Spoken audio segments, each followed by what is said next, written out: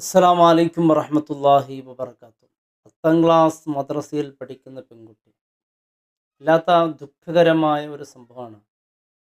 ഉമ്മ അപ്രതീക്ഷിതമായി മകളുടെ റൂമിൽ കയറിയപ്പോൾ ഉമ്മ അവിടെ കണ്ട കാഴ്ച കണ്ട് ഉമ്മ ഞെട്ടിപ്പോയി. ഉമ്മ ബോധരഹിതമായി വീണുപോയി. സുബ്ഹാനല്ലാഹ്. നമ്മുടെ മക്കൾ, എൻ്റെ പ്രിയപ്പെട്ടവരെ, നാം വിചാരിക്കുന്നത് പോലെയല്ല. 10ാം ക്ലാസ്സിൽ പഠിക്കുന്ന ഈ പെൺകുട്ടി, അവളുടെ ജീവിതം എന്ന് പറയുന്നത് വളരെ ഇസ്ലാമികമായുള്ള വേഷങ്ങൾ ധരിച്ച് മാതാപിതാക്കളെ മുമ്പിൽ വളരെ മാന്യതയായി ജീവിക്കുന്ന, നിസ്കാരങ്ങളൊക്കെ കൃത്യമായി നിർവഹിക്കുന്ന, എല്ലാത്തിനും കൃത്യതയുള്ള പെൺകുട്ടി. തഹജ്ജുദുണ്ട്, എല്ലാമുണ്ട്. എന്നാലും മാതാപിതാക്കൾ കരുതിയിരുന്നത് ഇങ്ങനൊരു മോൾ എനിക്ക് കിട്ടിയത് എൻ്റെ ഭാഗ്യമാണ്. ഉമ്മ അപ്രതീക്ഷിതമായി, മോളും പോലും പ്രതീക്ഷിച്ചിരുന്നില്ല ഉമ്മ ഈ സമയത്ത് എൻ്റെ റൂമിൽ കയറുമെന്ന്. പെട്ടെന്ന് ഉമ്മ പെട്ടെന്ന് കയറി പോയതാണ്. ആ സമയത്ത് ഉമ്മ തൻ്റെ മകളെ കണ്ട കാഴ്ചയുണ്ടല്ലോ, വല്ലാത്ത വേദനിപ്പിക്കുന്നതാണ്. ഓരോ രക്ഷിതാക്കൾ ശ്രദ്ധിക്കണം. എന്തെങ്കിലും മക്കളെക്കുറിച്ച് എന്തെങ്കിലും ഒന്ന് പറയുമ്പോഴേക്കും ആ സമയത്ത് ആ പറയുന്ന ആളെക്കുറിച്ച് മോശമായി പറയുന്നത്. അവരുടെ മക്കൾ ചെയ്താൽ ഒന്നും ഒരു പ്രശ്നമല്ല, അവർക്കെന്തും ചെയ്യാം, അവർക്കൊന്നും പ്രശ്നമല്ല. അവരെക്കുറിച്ച് മറ്റുള്ളവരൊന്നും പറഞ്ഞു പോകരുത്. സമൂഹത്തിന് എന്തെങ്കിലും അതുകൊണ്ട് മറ്റുള്ളവർ അതിന് രക്ഷപ്പെടാൻ വേണ്ടി എന്തെങ്കിലും അവരെക്കുറിച്ച് പറഞ്ഞാൽ അത് വലിയ വിഷയമാണ്. അവർ ഒന്നും ചെയ്താൽ നാണം കെട്ട് മാണം കെട്ട് ആ സമൂഹത്തിലെ നാടിന് തന്നെ പേര് ദോഷമുണ്ടാക്കിയാൽ ഒന്നും ഒരു പ്രശ്നവുമല്ല. അങ്ങനെയുണ്ട് ചില ആളുകൾ. അള്ളാഹു കാത്ത് രക്ഷിക്കട്ടെ.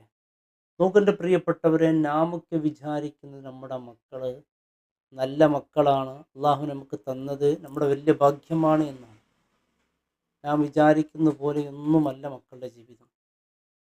ഇത്രയും സ്വാലിഹീങ്ങളായ എല്ലാ വിഷയത്തിലും ഒരു അന്യപുരുഷനുമായിട്ട് ഒരു ബന്ധവുമില്ലാത്ത, അല്ലെങ്കിൽ ഏതൊരു രീതിയിൽ ഒന്നുമില്ലാത്ത ഒരു പെൺകുട്ടികളെന്ന് പോലും ഇത്തരത്തിലുള്ള കാഴ്ചകളാണ് മാതാപിതാക്കൾ കാണുകയാണെങ്കിൽ, അതുകൊണ്ടാണ് വിശുദ്ധ ഹദീസിലൂടെയും ഖുർആനിലൂടെയും അല്ലാഹു റബ്ബ് സുബ്ഹാനഹു വ തആല ഗൗരവത്തോടു കൂടി പറഞ്ഞത് വലാ തഖറബു സിന ഇന്നഹു കാന ഇനി ആ ഭാഗത്തോടു കൂടി നിങ്ങൾ അടുക്കരുന്ന, ആ പാപത്തിൻ്റെ ഭാഗത്തിന് തന്നെയാണ് അവിടെ അടക്കപ്പെട്ടത്. ഈ ഒരു ചിന്താഗതി കുട്ടികളിൽ വരാതിരിക്കാൻ വേണ്ടി, ആ ഒരു ഭാഗപോലും അടുക്കാതിരിക്കാൻ വേണ്ടി ഹബീബ് സല്ലല്ലാഹു അലൈഹി വസല്ലം തങ്ങൾ പറഞ്ഞത് ലാ തുത്ബിഉൻ നളറ അൻ നളറത, നോട്ടത്തെ നോട്ടത്തോട് തുടർത്താൻ പാടില്ല എന്നാണ്. കാരണം തീർച്ചയായും ഒന്നാമത്തത് അത് അള്ളാഹു പൊറുക്കും, രണ്ടും വീണ്ടും ആവർത്തിക്കുമ്പോൾ അത് പാപമാണ്.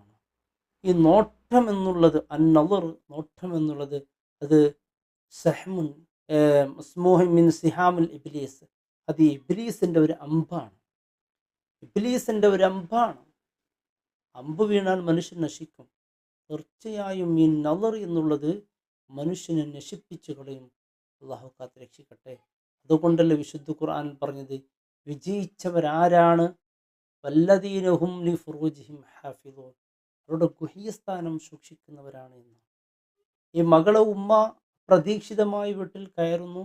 ഉമ്മയുടെ മകളുടെ മുറിയിൽ, പ്രത്യേകിച്ച് വീട്ടിൽ ചെറിയ മക്കളൊക്കെ ഇരിക്കുമ്പോൾ അവർക്ക് പ്രത്യേകമായ ഒരു മുറി നാം കൊടുക്കുന്നുണ്ടല്ലോ, അത് അപകടം. കാരണം അവർക്കറിയാം എൻ്റെ മുറിയിൽ ആര് വരെ എനിക്കെന്തും ചെയ്യാമെന്ന്. ആ ഒരു ചിന്താഗതി മക്കളിലുണ്ടായാൽ മക്കൾ പല തിന്മയിലേക്ക് മക്കളെ ഇബ്ലീസ് ചെന്നെത്തിപ്പിക്കും. അതിനൊരു ഉദാഹരണയാണ് ഈ പൊന്നുമോൾ. 10ാം ക്ലാസ്സിൽ മദ്രസയിൽ പഠിക്കുന്ന, സ്കൂളിൽ 9ൽ പഠിക്കുന്ന ഈ പൊന്നുമോൾ ചെയ്തു കൂട്ടിയത്, ആ ഉമ്മയുടെ കണ്ണിൽ കണ്ടത്. ഇത്തരത്തിലുള്ള ചെയ്തികൾ എന്തെൻ്റെ പ്രിയപ്പെട്ടവരെ, അവരുടെ ഈമാൻ്റെ ഫലം കുറക്കും.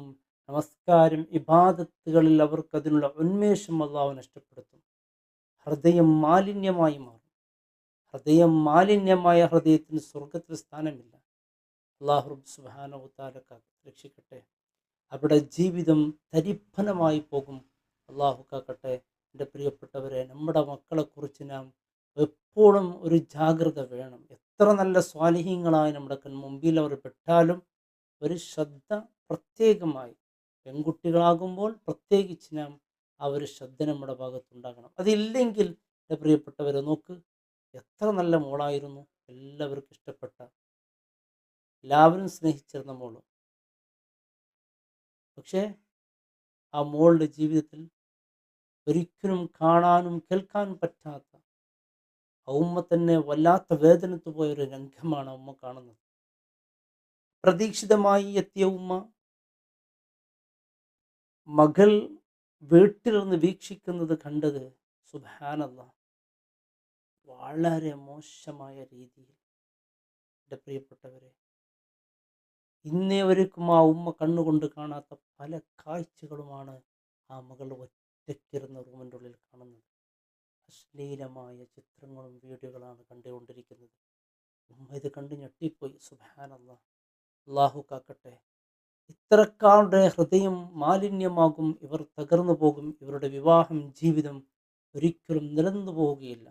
ഇത്തരത്തിലുള്ള വീഡിയോസ് കാണുന്നവർ തീർച്ചയായും അവർ നശിഞ്ഞു പോകും, ഉറപ്പാണ്. അവരുടെ വിവാഹ ജീവിതത്തിലും അവരുടെ എല്ലാ ജീവിതത്തിലും വലിയ നാശങ്ങൾ ഉണ്ടാകുമെന്നുള്ളതാണ്.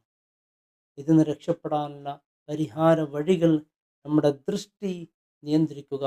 അതാണ് ഹബീബ് സല്ലല്ലാഹു അലൈഹി വസല്ലം തങ്ങൾ പറയുന്നത്, അൻ-നളർ, നമ്മുടെ ദൃഷ്ടിയാണ് എൻ്റെ പ്രിയപ്പെട്ടവരെ വലിയ നിയന്ത്രണം. ഈ പെൺകുട്ടി ഇത്തരത്തിലുള്ള ഒരു അവസ്ഥയിലേക്ക് എങ്ങനെ എത്തിയെന്ന് മാതാപിതാക്കൾ ചിന്തിക്കുമ്പോഴാണ് മനസ്സിലായത്, തൻ്റെ കുടുംബത്തിൽപ്പെട്ട ഒരാളുടെ കുടുംബത്തിൽപ്പെട്ട ഒരു വീട്ടിലേക്ക് ഇവിടെ വിരുന്നിനായി പോകും.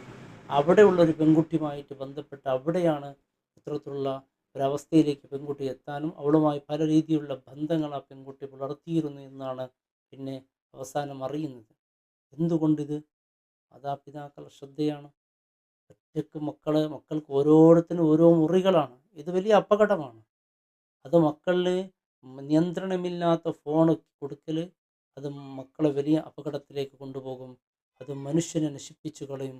അതുകൊണ്ട് അള്ളാഹുവിൻ്റെ റസൂൽ സ്വല്ലല്ലാഹു അലൈഹി വസല്ലം തങ്ങൾ പറഞ്ഞത്, കുലിൽ മുഅ്മിനീന, മുഅ്മിനീങ്ങളോട് അൽ ഹയാ എന്നുള്ളത് ഏറ്റവും പ്രധാനപ്പെട്ടതാണ്. മക്കൾക്ക് ലജ്ജ നഷ്ടപ്പെട്ടാൽ പോയി, ലജ്ജയില്ലാതെയാകും. ഇത്തരത്തിലുള്ള ആ അവസ്ഥയിലാണ് മക്കൾ ജീവിക്കുന്നത്. അവർ ലജ്ജ നഷ്ടപ്പെട്ടു. ഒരു മനുഷ്യൻ ലജ്ജ നഷ്ടപ്പെട്ടാൽ വലിയ അപകടത്തിലേക്ക് എത്തും. അൽ ഹയാഉ ലാ യഅതി ഇല്ലാ ബിൽ ഖൈർ. ലജ്ജ എന്നുള്ളത് ഖൈറിനെ അല്ലാതെ കൊണ്ടുവരികയില്ല. മനുഷ്യന് ലജ്ജ നഷ്ടപ്പെട്ടാൽ മനുഷ്യൻ എന്തും ചെയ്യും. അവർക്ക് പിന്നൊന്നുമില്ലല്ലോ, അവൻ എന്തും ചെയ്തു പോകും. അള്ളാഹു കാത്തുരക്ഷിക്കും. ലജ്ജ എന്നുള്ളത് ഏറ്റവും പ്രധാനപ്പെട്ടതാണ്. റസൂൽ സ്വല്ലല്ലാഹു അലൈഹി വസല്ലം തങ്ങൾ പറയുന്നത് ലജ്ജയെക്കുറിച്ച്, അത് ഈമാനിൻ്റെ ഭാഗമാണ് എന്നാണ്, ഈമാൻ്റെ ഒരു ശാഖയാണ് എന്നുള്ളതാണ്. മുഅ്മിനീങ്ങൾക്ക് എന്നും ലജ്ജയുണ്ടാകും.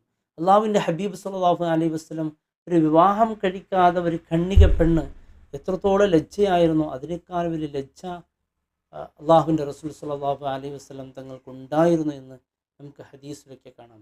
എൻ്റെ പ്രിയപ്പെട്ട സഹോദരിമാർ ഇത്തരത്തിലുള്ള അനാവശ്യമായതിൻ്റെ അടിമകളായിട്ടുണ്ടെങ്കിൽ തീർച്ചയായും നമ്മുടെ ഹൃദയം നാം ശുദ്ധീകരിക്കണം. തൗബയിലൂടെ മടങ്ങണം. നിസ്കാര ദിക്ർ ദുആയിലൂടെ തീർച്ചയായും നമ്മുടെ ശ്രദ്ധ അള്ളാഹുവിലേക്ക് കേന്ദ്രീകരിക്കുകയും പരിപൂർണമായി തൗബ ചെയ്ത് നല്ലൊരു ജീവിതം വേണം. മാതാപിതാക്കൾ എന്നും മക്കളെക്കുറിച്ച് ജാഗ്രതയാകണം. അള്ളാഹു റബ്ബ് സുബ്ഹാനഹു തആല നമ്മുടെ മക്കളെ സ്വാലിഹീങ്ങളും ഉഖ്റവീങ്ങളും ഇരു വീട്ടിലും ഉപകരിക്കുന്ന പൊന്നു മക്കളെ കൂട്ടത്തിൽ അള്ളാഹു ഉൾപ്പെടുത്തി അനുഗ്രഹിക്കട്ടെ. അസ്സലാമു അലൈക്കും വറഹ്മത്തുള്ളാഹി വബറകാതുഹു.